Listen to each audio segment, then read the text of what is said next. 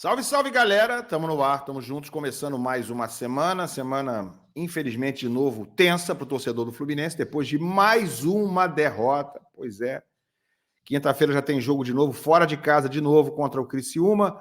E olha, Mano Menezes já começou a fazer uma limpa, começou ontem discretamente, mas a limpa está sendo feita em relação ao elenco do Fluminense, a quem não serve mais, a quem pode meter o pé e não precisa mais ficar dentro do grupo. Vou falar disso.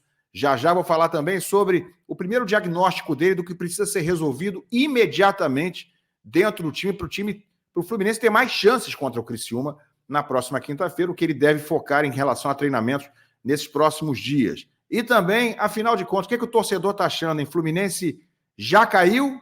Vai cair? Ou nada disso vai se recuperar? Eu tenho uma resposta para vocês, baseado numa enquete. Vem comigo.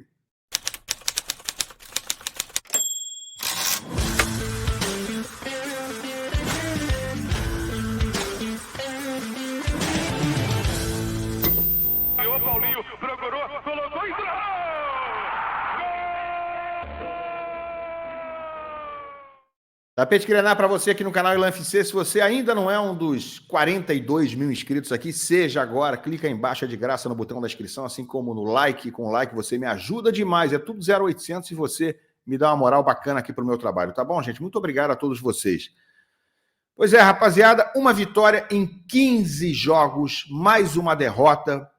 Um golzinho marcado nos últimos 6 jogos. E não foi gol de jogada construída, não. Foi aquele golzinho de fora da área que o Ganso chutou do meio da rua no jogo contra o Internacional no Maracanã. Graças àquele gol, o Fluminense empatou o jogo, senão também tinha perdido do Inter no Maracanã. Tá difícil, gente.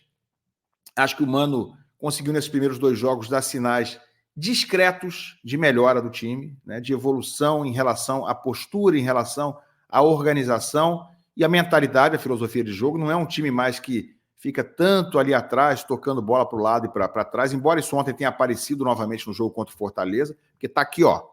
Está implantado, está viciado na cabeça dos jogadores. Não é fácil limpar isso completamente, limpar esse HD completamente do dia para a noite. Mas ele já tem, obviamente, claramente, tentado implementar uma mentalidade do time ser mais vertical, fazer uma transição mais rápida, né? Só que com o meio-campo que estava ontem, a gente não conseguiu ver isso, né? Porque o Ganso não acompanha essa velocidade de transição, o Martinelli também não. Faltam jogadores, né, que conduzam a bola, que carreguem a bola no meio-campo, que façam a defesa sair façam a jogada sair da defesa para o ataque. Um jogador de meio-campo, o Fluminense não tem hoje, então contrata. Eu acho que tem o Arthur, poderia ser testado sim. Arthur da base. Teria o Iago Ferreira se não tivesse sido emprestado de graça para o Coritiba, mas não tem, então tá bom, traz alguém. Ficar desse jeito, vai ser o Nonato, o jogador para fazer essa condução, pode até ajudar. Nonato de 2022 sabia fazer isso mais ou menos, mas está faltando um armador de velocidade que se apresente para o jogo e que dê essa intensidade, essa rapidez na transição que o Ganso não consegue dar.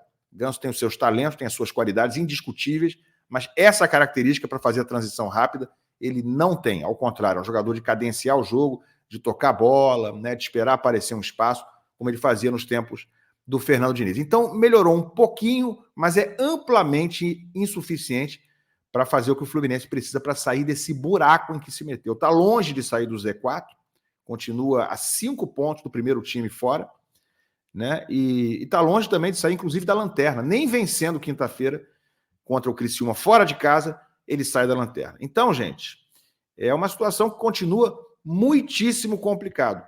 Quer dar uma olhadinha como é que foi o gol do Fortaleza ontem? Dá uma olhada para você entender o tamanho do problema defensivo que continua no Fluminense. Tem ali para você contar, ó, tem 1, 2, 3, 4, tem até o Martinelli no lado direito, tem 5 jogadores do Fluminense na imagem, 3 do Fortaleza, sendo um deles marcado, entre aspas, né, ali pelo Martinelli, estava completamente fora da jogada. Aqui na jogada mesmo tem 2 do Fortaleza e 4 do Fluminense. O único que tentou subir, o único que não está no chão é o Thiago Santos, que mesmo assim subiu, sei lá, 1 palmo, enquanto o Lucero está 1 metro acima do chão. E aí cabeceou com tranquilidade, com facilidade, e fez esse gol do Fortaleza, o único gol da partida.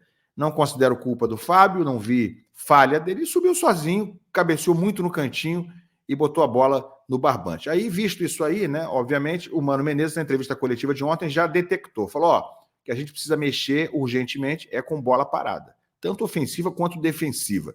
Mas, obviamente, ele está se referindo mais a essa bola defensiva, que o Fluminense, jogo sim, jogo também, leva gol de cabeça. Se tiver muito cruzamento, amigo, pode ter certeza que um gol vai sair no mínimo. Não por acaso, o Fluminense levou gol em todos os 15 jogos até agora do Campeonato Brasileiro. E aí o Mano agora já está com esse sinal de alerta. Sabe que precisa trabalhar a bola parada, né? Principalmente essa bola defensiva, para a gente não ver uma cena como essa novamente, com 5 jogadores na defesa e só um tentando pular com o atacante adversário, e pulou ali, não nem praticamente saiu do chão, né? Praticamente só levantou o pé o Thiago Santos. Chega a ser meio ridícula essa imagem do quanto ele não conseguiu saltar. Então o Mano vai trabalhar nesses próximos dias, né, no curto espaço que tem até o jogo contra o Criciúma, que já é na quinta-feira, vai trabalhar bola defensiva, bola parada, bola cruzada, posicionamento da defesa. Isso aí é algo que é um ponto forte, em geral, nos trabalhos do Mano. Ele consegue montar defesas mais sólidas do que estava acostumado, por exemplo, o Fernando Diniz. O time do Fluminense não é segredo para ninguém, é muito vulnerável, é muito exposto sempre, ainda em função da forma de jogar do dinizismo. Então o Mano vai ter esse trabalho, mas já detectou que esse é um foco importante para o Fluminense parar de tomar gols. Né? Vai ter que fazer gol? Vai ter que fazer gol. E vai ter que começar a fazer coisa fora um pouquinho da caixinha, porque ontem era um jogo ganhável, gente. O que me doeu mais foi que o Fortaleza não era esse bicho feio que parecia ser, que ia golear o Fluminense, não jogou para isso. Se o Fluminense tivesse jogado um bom jogo ontem, no mínimo, mas no mínimo teria empatado a partida em 1-1, no mínimo. Tivesse feito um bom jogo, venceria. Venceria, porque o Fortaleza ontem estava fazendo uma partida mediana, então era um jogo absolutamente acessível e ganhável. E nessas partidas em que o adversário não faz uma grande partida, se o Fluminense não aproveitar para vencer o jogo, é o almanaque, é o manual do rebaixamento. Porque ele está em um grande déficit, ele está precisando conquistar esses pontos que parecem improváveis antes da partida. E ontem, o jogo, na prática, se apresentou absolutamente acessível e, repito, o Fluminense não aproveitou. Isso é o pior. Né? E aí, cara, o Mano Menezes ontem, na minha opinião, falhou na escalação. Acho que o time evoluiu um pouquinho, sim, né? Tanto ontem quanto no jogo contra o Internacional, mas ele falhou na escalação. Ele, no segundo tempo, botou 4 jogadores jovens, quase que de uma vez, 2 em 2, mas com poucos minutos de intervalo. Botou em campo o Felipe Andrade, botou em campo o Esquerdinha, botou o Cauã Elias e botou o Jean Lucumi. Na minha opinião, os 4 deveriam ter começado o jogo. Ah, mas seria muito ousadia. Ok, 2 ou 3 desses, no mínimo, deveriam ter começado o jogo. Eu começaria com os 4, mas 2 ou 3 poderiam ter começado o jogo. Para que ele improvisou o Guga na lateral esquerda, sendo lateral direito? Samuel Xavier não jogando nada. Escalava o Guga de saída na direita e o Esquerdinha na esquerda. Resolvido. No ataque, por que ele insistiu com o Keno? Mais uma vez o Keno. O que está justificando essa repetição de escalações do Keno? Poderia ter começado com o Jean Lucumi. O Cano estava fora. Aí ele me vem com John Kennedy de novo. O que respalda qualquer insistência com John Kennedy em 2024? John Kennedy ontem foi um morto, mais uma vez. Não é que ele é morto e não aparece no jogo, ele atrapalha o time. Todas as bolas que chegam nele, ele mata a jogada. Rebate, bate nele e volta. Parece um jogador de totó. Parece um fliperama. Uma loucura o que aconteceu com o John Kennedy, que não consegue dominar uma única bola. Mas ele já vem assim, de alguns jogos, da temporada quase inteira. Do outro jogo que o Mano botou ele em campo, por que ele botou ontem o John Kennedy em campo em vez do Cano? Cano machucado, John Kennedy está assim? Tentava o Cauã Elias desde o início. Jean Lucumi e Cauã Elias. 3 atacantes, Marquinhos, Lucumi e Cauã Elias. O time melhorou com essa formação, né, quando estava essa formação em campo. Os que entraram com muito mais ímpeto, muito mais vontade, com muito mais verticalidade, muito mais intensidade e velocidade. Quando eles estavam em campo, o Fluminense melhorou um pouco.